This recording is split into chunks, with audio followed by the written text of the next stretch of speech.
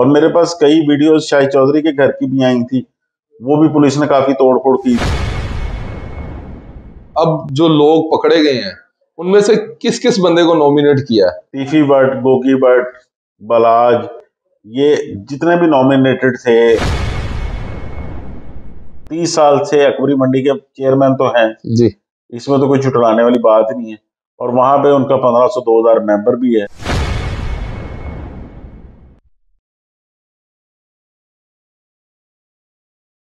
अस्सलाम वालेकुम ख्वातीन और हज़रात, मैं हूं अली शराजी। जैसा कि आपको पता है कि आए दिन कोई ना कोई पेशरफ्त होती रहती है बलाज मर्डर केस में। डे फर्स्ट से जो इस केस को रिपोर्ट कर रहे हैं, आज मेरे साथ बैठे हुए सीनियर एनालिस्ट जर्नलिस्ट जनाब शेख नुमान साहब। आए इनसे मुलाकात करते हैं। अस्सलाम वालेकुम सर। वालेकुम सलाम। कैसे हैं भाई? शुक्र। सुनने में तो ये आ रहा था कि बलाज ने बुलेट प्रूफ जैकेट पहनी हुई थी। नहीं, ऐसी कोई बात नहीं थी। वो पहले यही सुनने में आ रहा था, लेकिन वो जिस तरह पहले की वीडियोस आई, पुलिस के पास और भी वीडियोस आई, जिस तरह वो बैठ रहा है वो बिल्कुल कंफर्टेबल है, क्योंकि बुलेट प्रूफ जैकेट के साथ इस तरह बैठा नहीं जा सकता। तो वो उसने जैकेट वगैरह तो नहीं पहनी थी, इसकी तस्दीक नहीं हुई। तो जब भी कोई पुलिस मुकाबला होता है या कोई ऐसा इंसिडेंट होता है, सबसे पहले आप रिपोर्ट करते हैं। आपके पास कौन सा सोर्स है? देखिए जी, ये तो एक फायरिंग की कॉल थी जो चली कि इस तरह शादी की तकरीब में फायरिंग हुई है। तो वहां पे जब चेक किया गया, मैंने मुतलका एसएचओ से पूछा, उसने कहा जी बिल्कुल हुई है और बलाज पर फायरिंग हुई है। वहां से फिर मैं राब्ते में रहा, जब वो उसने कहा जी हॉस्पिटल शिफ्ट कर रहे हैं, तो फिर पुलिस ऑफिसर जो मौके पर पहुंचे, उन्होंने फिर बताया, इसके मरने की तस्दीक कर दी, इस तरह बिलाल कत्ल हो गया। सबसे पहले डेथ की जो न्यूज थी वो आपने ही ब्रेक की? जी बिल्कुल। उस वक्त वो, क्योंकि दोस्त है मेरे एक पुलिस ऑफिसर, वो मौके पर मौजूद थे हॉस्पिटल, तो उन्होंने मुझे कंफर्म किया, तो खबर दी। फिर उसके बाद मैंने इनसे फर्दर पूछा, मैंने कहा जी किसने मारी गोलियों का? वो भी मारा गया। तो वो पता चल गया कि जो कातिल था वो भी मकतूल हो चुका। तो आपने तीफी भट्ट का जो बयान सुना है, तो उसमें तीफी भट्ट ने, इसमें आपको क्या समझ आती है कि तीफी भट्ट ने इसमें इतराफ किया है कि ये मर्डर मैंने ही करवाया, या अपना डिफेंस किया इस इंटरव्यू के थ्रू?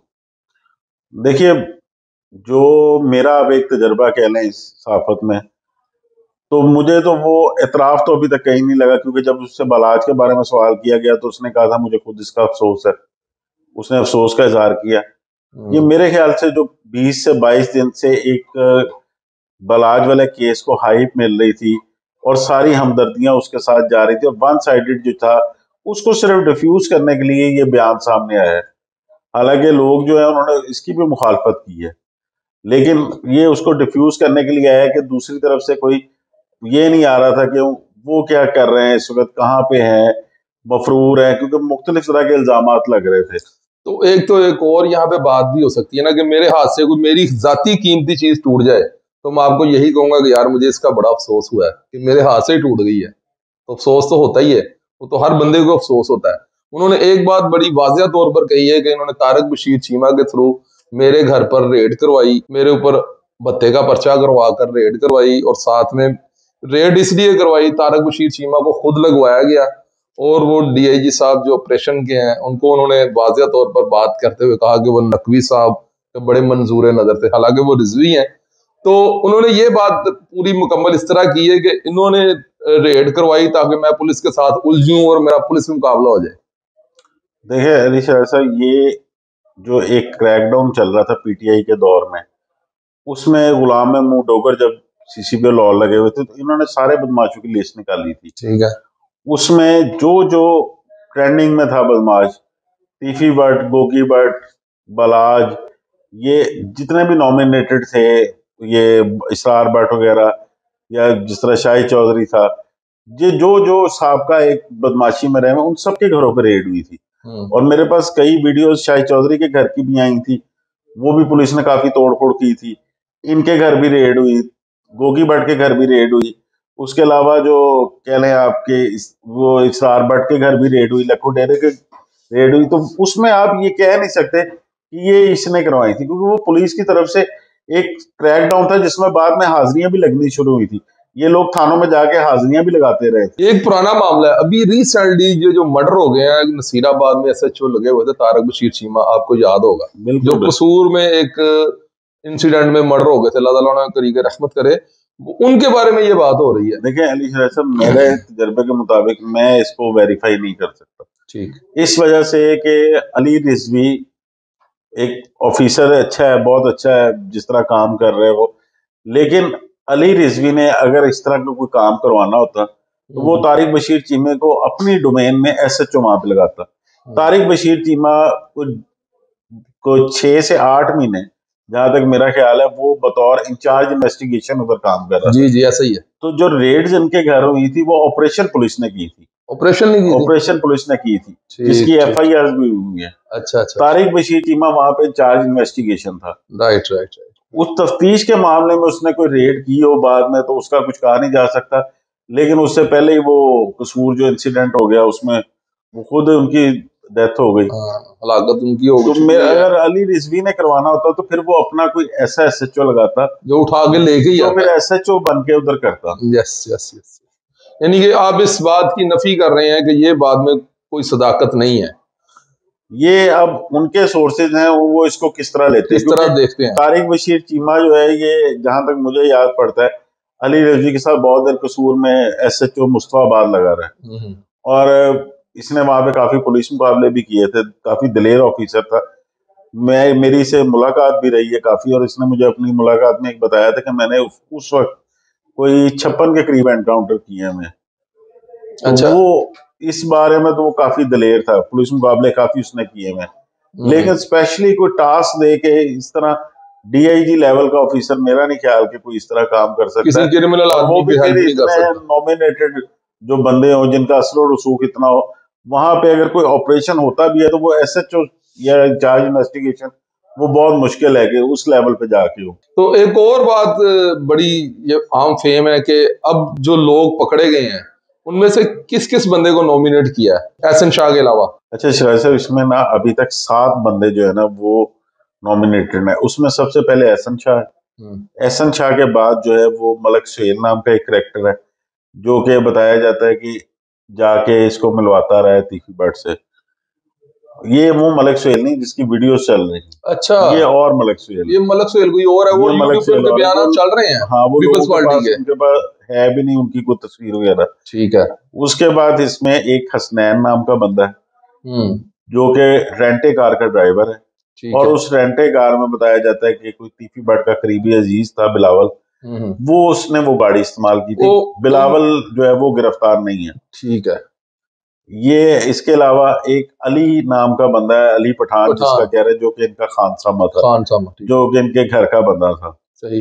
एक वो बंदा इसमें गिरफ्तार है। एक पुलिस को मौके से हारून नाम के लड़के की फुटेजेस मिली थी, जो कि मशकूक वहां पे खड़ा हुआ है, वो हरकतें कर रहा है, और उसके बाद जिस वक्त फायरिंग होती है तो वो इसी दौरान वहां से फरार हो जाता है। वो भी गिरफ्तार नहीं वो है? गिरफ्तार हो चुका हुआ है। राइट। एक इसमें वो नॉमिनेटेड है, और इसमें इसके अलावा एक और बंदा है जो कि मौके पे ही पुलिस को नजर आया था, वो गिरफ्तार है। उसका नाम अभी सामने नहीं लाए, और उसका भी ताल्लुक भी नहीं बताया कि वो किस वजह से गिरफ्तार है, क्योंकि ये वीडियोस आहिस्ता आहिस्ता जो है वो आएंगे पुलिस के पास, तो फिर वहां से इन्होंने जो है वो इन्वेस्टिगेशन शुरू की है। तो ये जो मालशिया बताया जा रहा है वो आया वाकई मालशिया है या उनका गनमैन है? नहीं, मुजफ्फर जो है वो मालशिया ही है, जो अभी तक इधर उधर सोर्सेज से पता चला, और वो कई घरों में जाके करता था। वो ये नहीं आप कह सकते कि खाली इन्हीं के घर आता था। 60 साल की उसकी उम्र थी, और उसने लाहौर में कोई अच्छे क्लाइंट्स ही रखे हुए थे, जो मुख्तलिफ जगह जाकर जो मालिश वगैरह करता था। क्योंकि वो शूटर अगर आप कहें ना, या इस तरह कोई गनमैन, तो इस एज का कोई नहीं रखता। या तो कोई बहुत एतबारी बंदा हो जो शुरू से साथ चल रहा हो, लेकिन उसको भी बतौर गनमैन कोई नहीं रखता, क्योंकि एज इतनी हो गई हुई कल थी। से एक जो ना तस्वीर वायरल हो रही है, जो तंजीम बट के घर के बाहर की ना, जो तीफी बट साहब का बेटा है, उसके घर के बाहर 4-5 उनके गनमैन खड़े हैं। ये जो मुजफ्फर जो है ना, उसके साथ उसको कंपैरिजन किया जा रहा है कि ये वही बंदा है जो उनका गनमैन भी था। इसके बारे में कुछ इन्फॉर्मेशन है आपको? नहीं, मैंने वो तस्वीर भी नहीं देखी। हम्म। और फिर वो अगर तो इनके मालशिया भी था, तो मेरा ख्याल है वो कई तस्वीरों में आ सकते हैं, क्योंकि नहीं, ये उसने लोग गन जब बकायदा तौर पे पकड़ी हुई ये है। लोग जब घर से निकलते हैं तो कई कई गार्ड लेके निकलते हैं। यस। तो वो उसमें कई बंदे आपको नजर आएंगे जो अब इनके साथ भी ना हो शायद। जाहिर बात है, कोई मालशिया भी राइफल पकड़ सकता है, हाँ, वो कोई कबूतरों को दाना पान डालने वाला भी पकड़ सकता है राइफल। डेरेदारी निजाम है इनका। सही। तो डेरेदार को तो ये होता है, कोई आया बाहर से तो उसके सामने कोई ना कोई बंदा उसका वेपन वूपन लेके खड़ा हो। तो क्या समझते हैं कि इससे पहले तफ्तीश इतनी सारी इनकी हो चुकी है तिफी भट्ट गैंग की, तो क्या इस मर्तबा ये किसी तफ्तीश के गिरफ्त में आएंगे? देखिए शराई साहब, ये 109 है, ये पुलिस के लिए साबित करना बहुत मुश्किल है। ठीक। ये टेस्ट केस है, इसमें एफआईआर जिस तरह दर्ज हुई कि वो मुजफ्फर ने पहले ललकारा मारा कि तुम लोगों की जो दुश्मनी है तीफी भट्ट और गोकी भट्ट के साथ, उसका तुम्हें मजा चखाता हूँ। अब ये मुकदमा दर्ज हुआ है। अब ये ललकारा किसका था? मुजफ्फर का, जो खुद मकतूल हो चुका है। तो अब इसको साबित कहां से करना है? अब पुलिस को इसके लिए डिजिटल एविडेंस सारे चाहिए। उसमें अगर एहसन शाह, जिस तरह आप कह रहे हैं ना, मरकजी किरदार जिससे तफ्तीश चली है आगे, अब उसके डिजिटल एविडेंसेस भी चाहिए। और जो बातें सामने आई हैं तफ्तीश में, ये जब अगर जाता था उनके घर तो ये अपना मोबाइल बंद करके जाता था, ना इसकी उनके साथ कोई तस्वीर है। तो वो पुलिस को सीडीआर भी वहां की नहीं मिलनी। तो जब ये आरफ मीर अल मारूफ टीपू पर अटैक हुआ था, उस वक्त आपने रिपोर्टिंग की थी? बिल्कुल। तो क्या देखा आपने मियो हॉस्पिटल में? उस वक्त मुझे याद है, मैं उस वक्त एक और टीवी में होता था जी। कोई 9:30 पौने 10 बजे का टाइम था। उस वक्त ये हमें इतला मिली कि एयरपोर्ट पर फायरिंग हो गई है। ठीक। वो चेक किया तो पता चला जी उस फायरिंग में एक बंदा जख्मी है।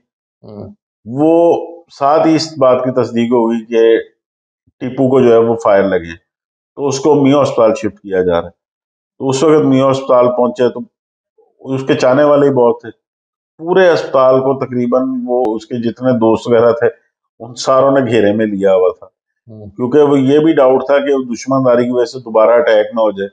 इनके अजीजों कारिब जो थे वो भी मौके पर पहुंचे हुए थे और बड़ी सख्त सिक्योरिटी में पुलिस की भी पूरे डिवीजन की नफरी तैनात थी।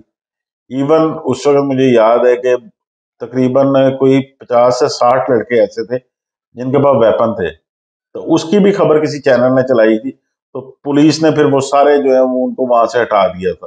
कुछ सिक्योरिटी संभाल ली थी, लेकिन अंदर की सिक्योरिटी इनके अपने पास ही थी। तो मेरे ख्याल से वो 3 दिन जो है वो बीमार रहे थे, अंदर जेरे इलाज रहे थे, तो उसके बाद उनकी डेथ हो गई थी।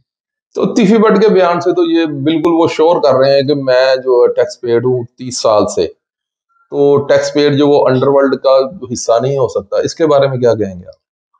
देखें जी, यहाँ पे बहुत से कारोबारी हैं, हम लोगों की सैलरी से भी टैक्स कटता है।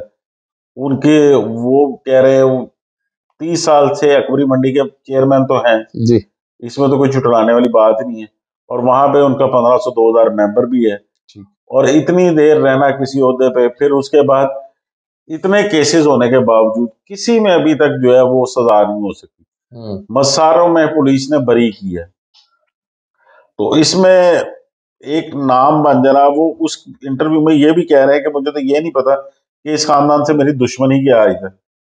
दूसरे पॉइंट पे वो ये भी तो कह रहे हैं ना कि ये दुश्मनी की आग जो है ना हमारी, ये पुलिस ने भड़काई है और इस नहज तक हमें पुलिस ने पहुंचाया है। देखिए शराजी साहब, इस खानदान के 4 कत्ल हो चुके। ठीक। अभी तक इस दुश्मनी में कई बंदे और कत्ल हो चुके हैं जिनका कोई नाम ही नहीं है, कोई नाम ही नहीं है, कोई अटैचमेंट नहीं है इसके साथ। उसमें कई पुलिस मुकाबले में मारे जा चुके हैं।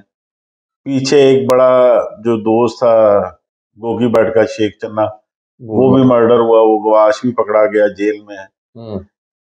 हमेशा आप कोई भी ऐसा कत्ल देख लें जो आपके सामने मिसाल होगी कि एक कत्ल हुआ है और उसकी तफ्तीश ठीक हुई है और उसके कातिल जो है वो या तो सजाए मौत में अंदर गए हैं या उम्र कैद में गए हैं, कैफे किरदार तक पहुंचे हैं, उसके बाद वो आगे से कत्ल का सिलसिला नहीं शुरू हुआ।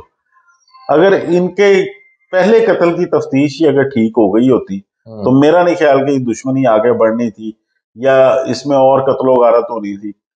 वो उस वक्त के पुलिस अफसरान ने जो तफ्तीश नहीं ठीक की, जिसमें मुलजमान जो है वो बरी हुए और फिर दुश्मनी की आग भड़की, तो वो उस वक्त ही अगर हो जाता तो उसके बाद ये आज यहाँ तक नौबत ना आती।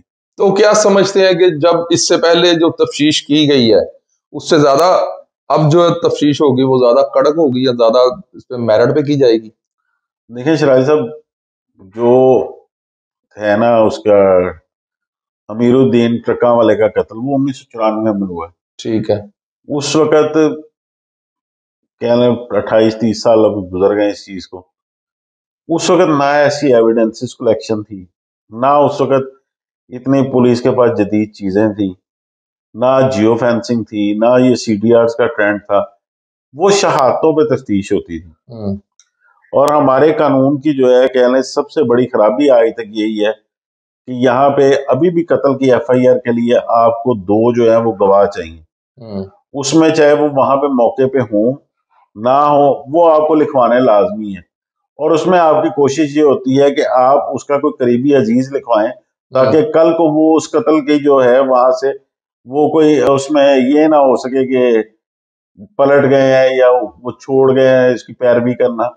तो इसलिए उसके करीबी अजीज लिखवाए जाते हैं। तो इसमें तो वहीं से ही तो केस कमजोर हो जाता है पहले आप। ये बलाज कत्ल में अभी इन्होंने जो अपने लिखवाए हैं, एक तो उनका अपना सगा भाई है और दूसरे का मुझे नाम नहीं पता।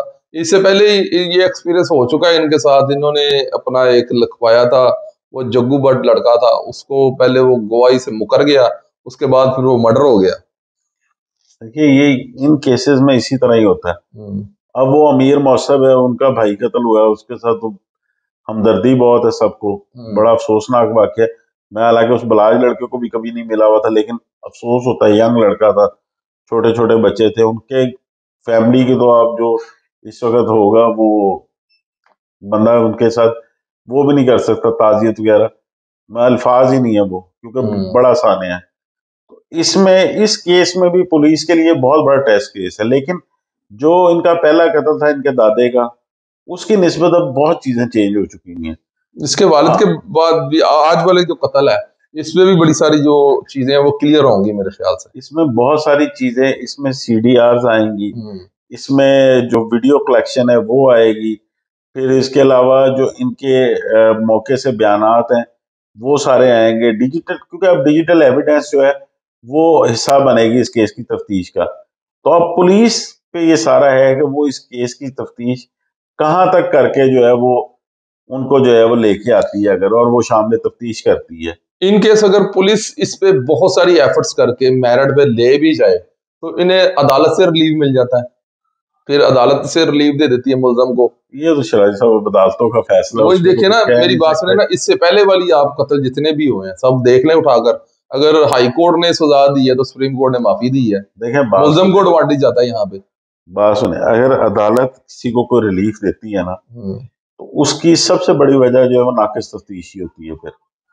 क्योंकि जब आपके चालान मुकम्मल नहीं होंगे, आपके पास कोई लकूनत होगी उसमें, कुछ चीजें एविडेंसेस पूरे नहीं होंगे, आपकी जिम्मियां नहीं सही भरी होंगी, तो फिर अदालत ने रिलीफ देना ही है। ये तो इनकी एविडेंस कलेक्शन, इनकी तफ्तीश अगर मुकम्मल होगी तो फिर जाके बहुत मुश्किल है बचना। ये तो आ, पुलिस के लिए टेस्ट केस है। आपके जराये के मुताबिक तिफी भट्ट के रेड वारंट निकलेंगे, वो गिरफ्तार होगा कि नहीं होगा? शायद से ये अभी लंबा काम है, इसमें अभी ये नहीं कह सकते कि निकलेंगे कि नहीं। हम्म। अभी देखिए, सबसे पहले तो वो 109 साबित करनी है इन्होंने। ठीक है। साबित करने के बाद उसको इश्तिहारी करवाना है। हम्म। पहले उसको नोटिस होंगे कि आगे शामिल तफ्तीश हो। अगर वो शामिल तफ्तीश नहीं होते तो उनको फिर इश्तिहारी कराएंगे। फिर उस इश्तिहार चलान के जो है उस पर महकमा दाखिला से दरखास्त की जाएगी। वो आगे फिर वो सारे इसकी ट्रैवल हिस्ट्री लेंगे, उससे फिर हम्म। जाकर इसके रेड वारंट निकलेंगे। वो भी अगर उनके साथ, उस मुल्क के साथ हमारा मुआहिदा है, मुआहिदा है। जो इंटरनेशनल पॉलिसिंग है इंटरपोल के जरिए, तो फिर जाके कहीं आगे तफ्तीश होगी। एन मुमकिन है कि उससे पहले आगे वो अंटारा ही ले लें, कुछ भी कह सकते हैं इसमें, क्योंकि जो अगर वो उन्होंने अभी जो ऐलान किया कि उन्होंने मैं खुद ऐलान, शामिल तफरीश हो हाँ, तो जाऊंगा फिर उसके अनकरीब। वो इंटरम लेके शामिल क्योंकि तफ्तीश। खुद को वो बेगुनाह साबित कर रहे हैं ना इस केस में। देखें, खुद को बेगुनाह साबित करने के लिए भी इस केस में एक जेआईटी बनी हुई है, उन्हें जेआईटी के सामने पेश होना पड़ेगा। अच्छा। उसमें फिर वो अपने जो है वो देंगे सबूत वगैरह सारा कुछ, कि भाई मेरा इससे कोई ताल्लुक नहीं, या मैं यहाँ पे था, या ये जो मेरे पे इल्जाम है इनके ये जवाबात है। तो वो उस हम्म। जेआईटी के साथ तफ्तीश में पेश होके फिर आगे ये केस चलेगा। जमानत कबल गिरफ्तारी लेके वो जेआईटी के सामने पेश होंगे। ठीक है, आपका बेहद शुक्रिया। जैसा कि नाजरीन आपने देखा कि नुमान शेख साहब ने हमारी बातों का बड़े पोलाइट तरीके से जवाब दिया। अगर आप इनकी बातों से इत्तफाक करते हैं तो हमारे कमेंट्स बॉक्स में अपनी राय जरूर दीजिएगा। देखते ही रहिए ARS Pakistan. Thank you sir. Mandal of